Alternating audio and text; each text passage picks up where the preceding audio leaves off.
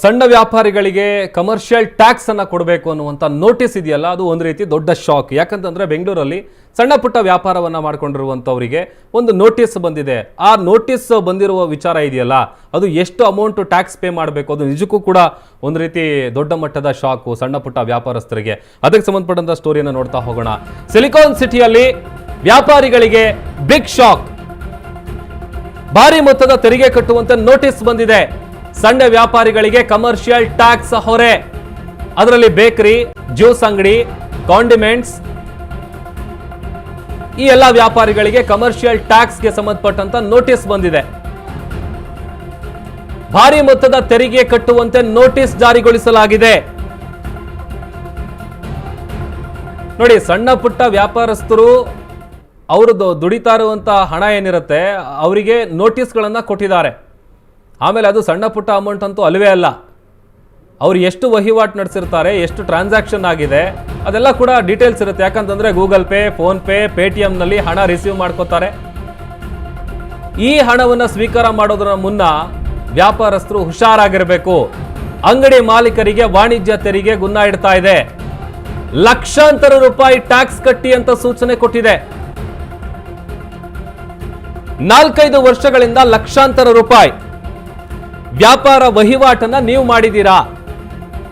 ಹೀಗಾಗಿ ನೀವು commercial tax ಅನ್ನ ಪೇ ಮಾಡಬೇಕು.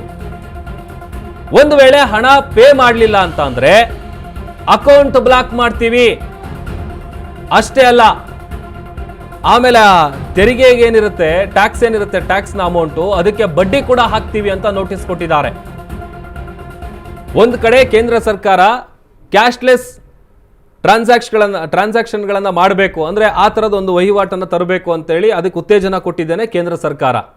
ಈಗ ನೀವು ಸಣ್ಣ ಪುಟ್ಟ ಅಂಗಡಿಯಿಂದ ಹಿಡಿದು ದೊಡ್ಡ ಶೋರೂಮ್ವರೆಗೂ ಹೋಗಿ, ಒಂದು ಸಣ್ಣ ಪುಟ್ಟ ತಳ್ಳೋ ಗಾಡಿ ತರಕಾರಿ ಅಂಗಡಿಲೂ ಕೂಡ QR ಕೋಡ್ ಇರುತ್ತೆ. ಎಲ್ಲರೂ ಕೂಡ phone pay, Google pay use ಮಾಡಿಕೊಂಡೇ ಆನ್ಲೈನ್ ಟ್ರಾನ್ಸಾಕ್ಷನ್ ಮಾಡ್ತಾರೆ. ಈಗ ಟ್ಯಾಕ್ಸ್ನ ನೋಟಿಸ್ ಅನ್ನ ನೋಡಿ ಸಣ್ಣ ವ್ಯಾಪಾರಿಗಳು ಶಾಕ್ ಆಗಿದ್ದಾರೆ. ಫೋನ್ ಪೇ ಮತ್ತು ಗೂಗಲ್ ಪೇ ಮೂಲಕ ವಹಿವಾಟು ನಡೆಸಿದ್ರು. ಈಗ ಸಣ್ಣ ಪುಟ್ಟ ಅಂಗಡಿಗೂ ಕೂಡ ಕಮರ್ಷಿಯಲ್ ಟ್ಯಾಕ್ಸ್ ಹಾಕೋದಕ್ಕೆ ಮುಂದಾಗಿರೋದು ಎಷ್ಟರ ಮಟ್ಟಿಗೆ ಸರಿ? ಬರೋಬ್ಬರಿ 5 ಲಕ್ಷದಿಂದ 2 ಕೋಟಿವರೆಗೂ ತೆರಿಗೆ ನೋಟಿಸ್ ಬಂದಿದೆ. ತೆರಿಗೆ ಕಟ್ಟುವಂತೆ ನೋಟಿಸ್ ಅನ್ನು ಅಧಿಕಾರಿಗಳು ಕೊಟ್ಟಿದ್ದಾರೆ. ಟ್ಯಾಕ್ಸ್ ನೋಟಿಸ್ ಅನ್ನು ನೋಡಿ ಸದ್ಯ ವ್ಯಾಪಾರಿಗಳು ಕಂಗಾಲಾಗಿದ್ದಾರೆ. ತೆರಿಗೆ ರದ್ದುಗೊಳಿಸಲು ವ್ಯಾಪಾರಸ್ಥರು ಒತ್ತಾಯ ಮಾಡ್ತಾ ಇದ್ದಾರೆ. ನಾನು ಹೇಳ್ತಾ ಇದ್ದೆ ಅಲ್ವಾ, ಸಣ್ಣ ಅಂಗಡಿಯಿಂದ ಹಿಡಿದು ದೊಡ್ಡ ಶೋರೂಮ್ ವರೆಗೂ ಹೋಗಿ ನೀವು ಎಲ್ಲ ಕಡೆನೂ ಕೂಡ QR ಕೋಡ್ ಇದೆ. ಆಮೇಲೆ ಅದರಲ್ಲಿ ಡೀಟೇಲ್ಸ್ ಇರುತ್ತೆ, ಎಷ್ಟು ವಹಿವಾಟಾಗಿರುತ್ತೆ, ಆಮೇಲೆ ಎಷ್ಟು ಟ್ರಾನ್ಸಾಕ್ಷನ್ಗಳಾಗಿದೆ. ಇದೇ ವಿಚಾರಕ್ಕೆ ಸಂಬಂಧಪಟ್ಟಂತೆ ನಮ್ಮ ಪ್ರತಿನಿಧಿ ಚಿಟ್ಚಾಟನ್ನು ನಡೆಸಿದ್ದಾರೆ. ನೋಡ್ತಾ ಹೋಗೋಣ. ತೆರಿಗೆ ಇಲಾಖೆ ವ್ಯಾಪಾರಸ್ಥರಿಗೆ ಒಂದು ಶಾಕ್ ಅನ್ನ ನೀಡಿರುವಂತಹದ್ದು. ಬೀದಿ ಬದಿ ವ್ಯಾಪಾರಸ್ಥರಿಗೂ ಆಗಿರಬಹುದು, ಇನ್ನು ಬೇಕರಿ ಶಾಪ್ ಅವರಿಗೆ ಆಗಿರ್ಬೋದು, ಒಂದಷ್ಟು ಕಾಂಡಿಮೆಂಟ್ಸ್ ಶಾಪ್ಗಳಿಗೂ ಸಹ ಒಂದು ರೀತಿಯಲ್ಲಿ ಅಚ್ಚರಿ ಮೂಡಿಸುವಂತ ನೋಟಿಸ್ ಅನ್ನ ನೀಡಿರುವಂತಹದ್ದು. ಸೊ ಇಲ್ಲಿರುವಂತಹ ನಾನಿರುವಂತಹದ್ದು ಸ್ಯಾಟಲೈಟ್ ಬಸ್ ಸ್ಟಾಪ್ ಅಲ್ಲಿ. ಇಲ್ಲಿ ನನ್ನ ಪಕ್ಕದಲ್ಲಿ ಒಂದು ಬೇಕರಿ ಶಾಪ್ ಇದೆ. ಈ ಶಾಪ್ಗೂ ಸಹ ಈಗಾಗಲೇ ನೋಟಿಸ್ ಅನ್ನ ನೀಡಿರುವಂತಹದ್ದು. ಇವರು ಸುಮಾರು ಒಂದು 3-4 ವರ್ಷಗಳಿಂದ ಇಲ್ಲಿ ವ್ಯಾಪಾರವನ್ನ ಮಾಡಿಕೊಂಡು ತಮ್ಮ ಕೆಲಸವನ್ನ ಮಾಡ್ಕೊಂಡು ಹೋಗ್ತಾ ಇದ್ರೆ, ಆದ್ರೆ ಇವತ್ತು ಅವರಿಗೆ ಒಂದು ನೋಟಿಸ್ ಅನ್ನ ನೀಡಿರುವಂತದ್ದು. ನಿಜಕ್ಕೂ ಇದು 3 ವರ್ಷದ ಆನ್ಲೈನ್ ಟ್ರಾನ್ಸಾಕ್ಷನ್ ಮೇಲೆ ಈ ಅಂದ್ರೆ ಟ್ಯಾಕ್ಸ್ ಅನ್ನ ಹಾಕಿರುವಂತದ್ದು ಅಂತ ಹೇಳಿ ಈಗಾಗಲೇ ಇಲ್ಲಿರುವಂತವ್ರು ಹೇಳಿರುವಂತದ್ದು. ನಾನು ಈ ಶಾಪ್ ಮಾಲೀಕರನ್ನೇ ಮಾತಾಡಿಸ್ತಾ ಹೋಗ್ತೀನಿ. ಸರ್, ತಮ್ಮ ಹೆಸರು? ಬಸವರಾಜ್. ಎಷ್ಟು ವರ್ಷದಿಂದ ತಾವು ಈ ಶಾಪ್ ಅನ್ನ ಇಲ್ಲಿ ಇಟ್ಕೊಂಡಿರೋದು? ನಾನು 10-12 ವರ್ಷದಿಂದ ಇಟ್ಕೊಂಡಿದ್ದೀನಿ. 12 ವರ್ಷದಿಂದ ಇದ್ದೀರಾ? ಸೊ ಈಗ ಟ್ರಾನ್ಸಾಕ್ಷನ್ ಯಾವ ರೀತಿಯಾಗಿ ತಮ್ಗೆ ನೋಟಿಸ್ ಕೊಟ್ಟಿದ್ದಾರೆ, ಯಾವಾಗ ಕೊಟ್ಟಿದ್ದಾರೆ, ಏನೆಲ್ಲ ಅಂತ ಹೇಳಿದ್ದಾರೆ? ಮೊನ್ನೆ ಸಡನ್ ಆಗಿ ಬೆಳಿಗ್ಗೆ ಬಂದ್ಬಿಟ್ಟು ಈ ತರ ಅಂತ ವಾಣಿಜ್ಯ ಮಳಿಗೆ ತೆರಿಗೆ ಇಲಾಖೆ ಅಂತ ಬಂದ್ಬಿಟ್ಟು ನಮ್ಗೆ ಮುಂಚಿತವಾಗಿ ನೋಟಿಸ್ ಕೊಟ್ಟಿಲ್ಲ, ಏನು ಕೊಟ್ಟಿಲ್ಲ. ಏಕಾಏಕಿ ರಾತ್ರಿನೂ ತಿಳಿಸಿದೆ, ಏನು ಮುಂಚೆನೇ ತಿಳಿಸ್ದೆ ನಮಗೆ. ಒಮ್ಮುಕ್ಲೆ ಬಂದು ಹಿಂಗೆ ನೋಟಿಸ್ ಕೊಟ್ಬಿಟ್ರೆ ನಾವು ಎಲ್ಲಿ ಹೋಗೋದು? ಒಮ್ಮುಕ್ಲೆ ಅಷ್ಟು ಹಣ ಇರುತ್ತೆ ನಮ್ಮ ಹತ್ರ. 1 ರೂಪಾಯಿಗೆ ಇವಾಗ ಒಂದು ಕಡ್ಡಿ ಬಣ್ಣ ತೊಗೊಂಡ್ರು, ಒಂದು ವಾಟರ್ ತೊಗೊಂಡ್ರು 10 ರೂಪಾಯಿ 5 ರೂಪಾಯಿ ಸೆಟ್ಟಿಗೂ ಫೋನ್ ಪೇ ಮಾಡ್ತಾರೆ. ಅದನ್ನೆಲ್ಲ ನೀವು ಕೌಂಟ್ ಇಟ್ಕೊಂಡು ಏಕಾಏಕಿ ಹಿಂಗೆ ತೊಗೊಂಡು ಟ್ಯಾಕ್ಸ್ ಹಾಕ್ಬಿಟ್ರೆ ನಮ್ಮಂಥ ಬಡವ್ರು ಎಲ್ಲಿ ಹೋಗ್ಬೇಕು?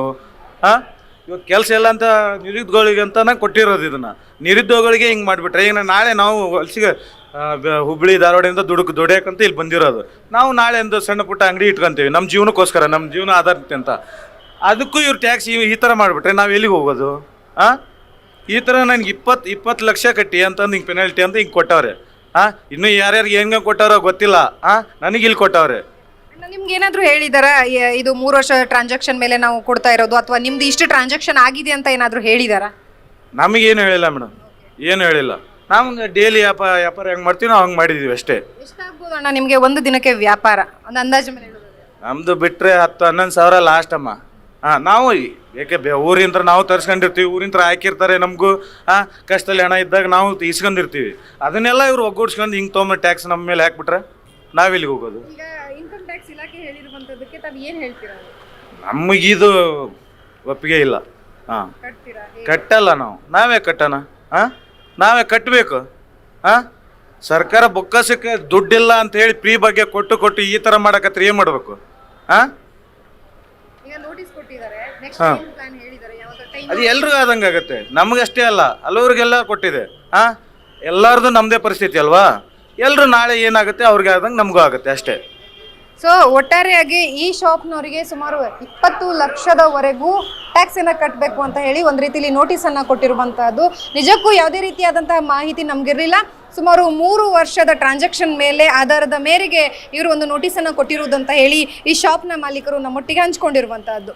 ಕ್ಯಾಮ್ರಾ ಪರ್ಸನ್ ಗುರುರಾಜ್ ಜೊತೆ ಲಕ್ಷ್ಮೀ ಬಾಗಲಕೋಟಿ, ಅಶ್ವಗ ನ್ಯೂಸ್, ಬೆಂಗಳೂರು.